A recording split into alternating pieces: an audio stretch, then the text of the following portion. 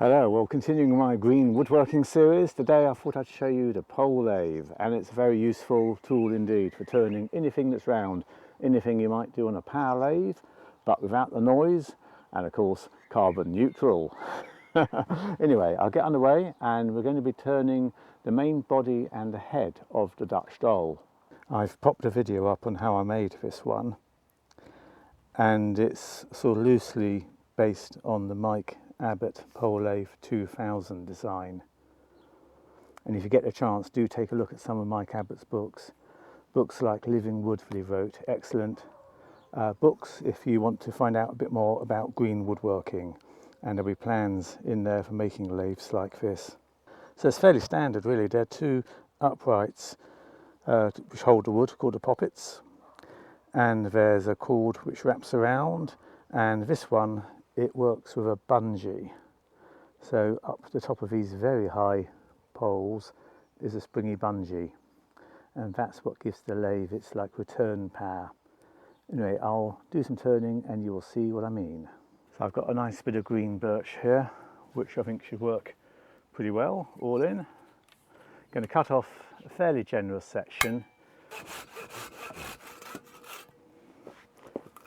So just going to mark in a couple of points for mounting this on my lathe. So roughly trying to get the centre. I should possibly be draw knifing this down a bit more first, but I'll put it on the lathe, we'll see how we go. This first one is all a bit like a sort of tester to try and get the shapes, get the proportion of the Dutch doll. I'll just give you a distant view to start with so you can see how it's working from a distance, and then I will bring you in close. So essentially you've got a treadle here which is pulling on this cord which is wrapped around the work and it rotates the work. The bungee above pulls the cord back up, ready for the next throw of the treadle. So I'm constantly sort of rotating this log one way and then the other way. And as it rotates towards me, I can do the cutting with the chisel. So it's very primitive, but it works.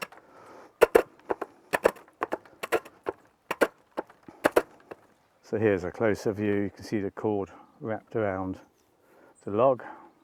This is my tool rest. I've got a very large section round hollowed sort of chisel, U-shaped chisel here, and just introduce it up to the work. And you can see very easily there it will take it down. I normally have a special foot operated bench for doing this, but as it's only a little bit, I'm doing it in my vise. But this just gets some of the bulk off. It will mean this will be far more even when I next put it on the lathe.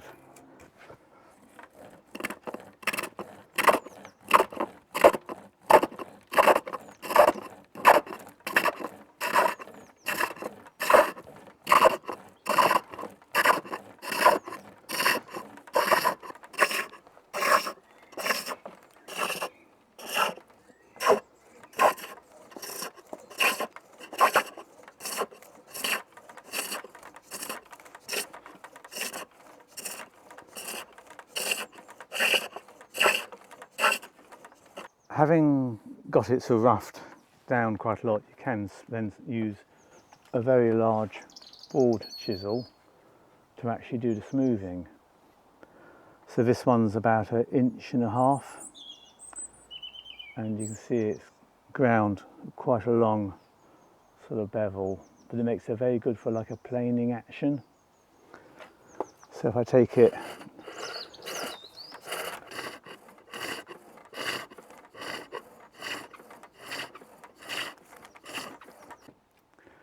as one's using the lathe, one needs to be able to move this rope. So you want to, if I want to now do this area, for example, I want to get the rope down to there. So I'll show you a close-up view of the treadle because it has like a swinging arm on it. And all I do is I swing the arm over and I pull the rope over, and that will put it down that way. So this is the swinging arm, and I just tap it with my foot and it moves over. So I'm going to sort of do a couple of pedals, and that rope is now sliding across. And the rope is now clear of the next area I want to work in. Look at that. Let it shoot out the end.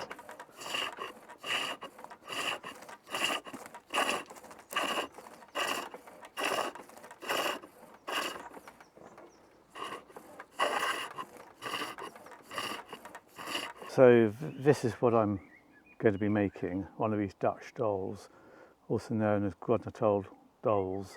And you'll see the head and the main part of the body, the torso, is all one piece of wood that's been turned. So the head is round, as is the neck and the chest, although they flatten it off on the back.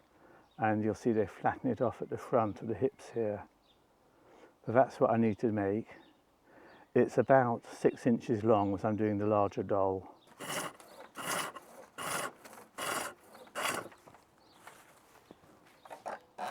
And I think I'm very close to being there with that. Yeah, a little bit more off. So having got this to a cylinder shape, I've now actually marked out some sort of sections. So I've got like a head, a neck, shoulder and chest, and then sort of like hips for this Dutch doll. So I've just got them sort of crudely marked as lines. I'm going to just now pop those in a bit more defined.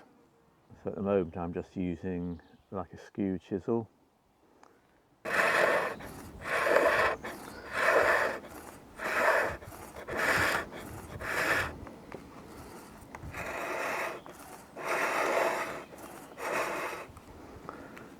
So I'm using my skew chisel here to mark in some sections.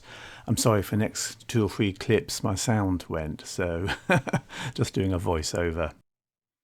It's once you sort of get your rough proportions laid out, it's then a lot easier to sort of work from a photograph.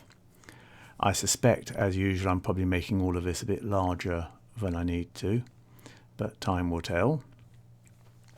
Skew chisel, it's always a bit tricky. You need to make sure your tool rest is quite high and rub the bevel on the wood. They tend to dig in if you're not careful. So I think this is the sort of chisel that is always the more difficult one for people to use. I always find it a bit more tricky, particularly if I haven't been on my pole lathe for a while. But it's very good at shaping down and getting the sort of rounded shape on the head and getting the sort of gradient going down on the body itself. So always quite nice at this stage. You've got your bits of wood shaving flying everywhere, catching the wind.